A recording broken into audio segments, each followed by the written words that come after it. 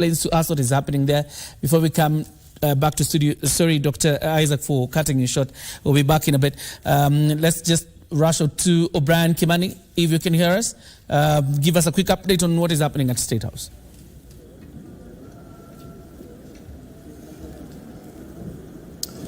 So good morning to you, John Jacob Curia, back there in Broadcasting House. It's a cold and chilly morning here at the State House, where we are waiting the official arrival of King Charles III of the United Kingdom and his wife, Queen Camilla.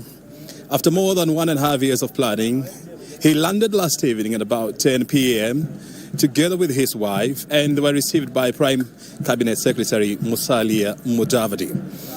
King Charles is expected to hold bilateral talks with President William Ruto. We are waiting for his arrival in a moment from now, and if you can listen keenly into the background, you hear the band already belting some tunes and telling you that the arrival is not far away off. And so anytime from this moment, we expect His Majesties to make their entry to this location. King Charles is expected to be in this country for the next 4 days, and so his departure is expected to be on Friday, where he's expected to tour various locations and hold various meetings with corporate CEOs as well as non-governmental organizations. If I can give you some background about King Charles, his coronation happened on the 6th of May this year. This followed the death of his mother, Queen Elizabeth II, after a 70-year reign last September. And Prince Charles, or when he was the Prince of Wales, he toured about 100 countries in the world, and he is still the longest heir to the British monarchy.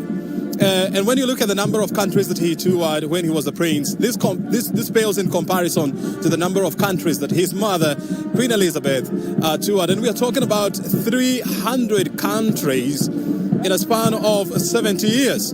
And so we are waiting to see how many trips will King Charles make during his reign. This is this is actually the fourth trip as the king. His first trip was to Germany, which is UK's next door neighbor. Thereafter, he traveled to France and then to Romania. Kenya is his first overseas trip to a Commonwealth country. Commonwealth, remember, is a grouping of 56 countries, mostly that were ruled by Britain during its colonial era.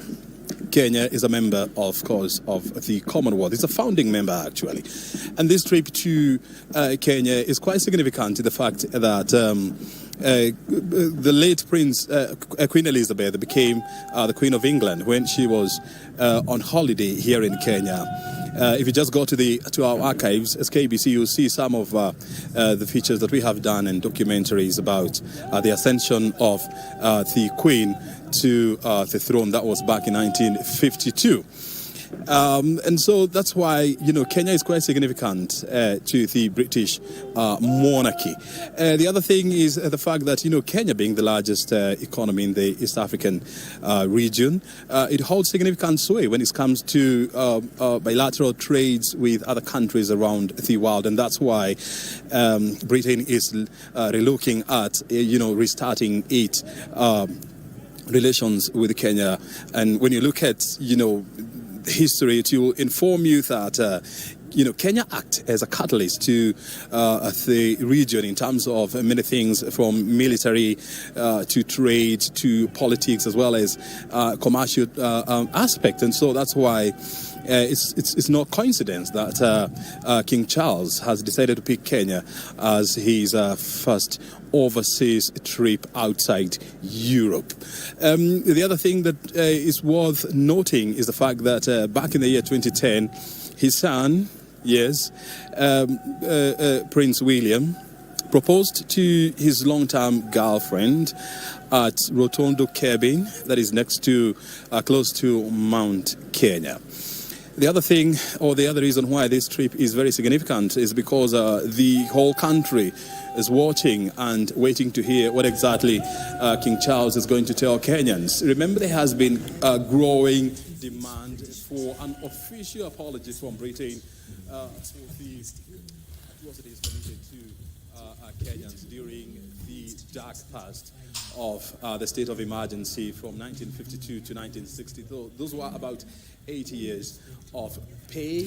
That's O'Brien Kimani at State House, Nairobi. And of course, you can see the Guard of Honor from the Kenya Army ready to stage that Guard of Honor for the honor of King Charles, who is visiting the Republic. Of course,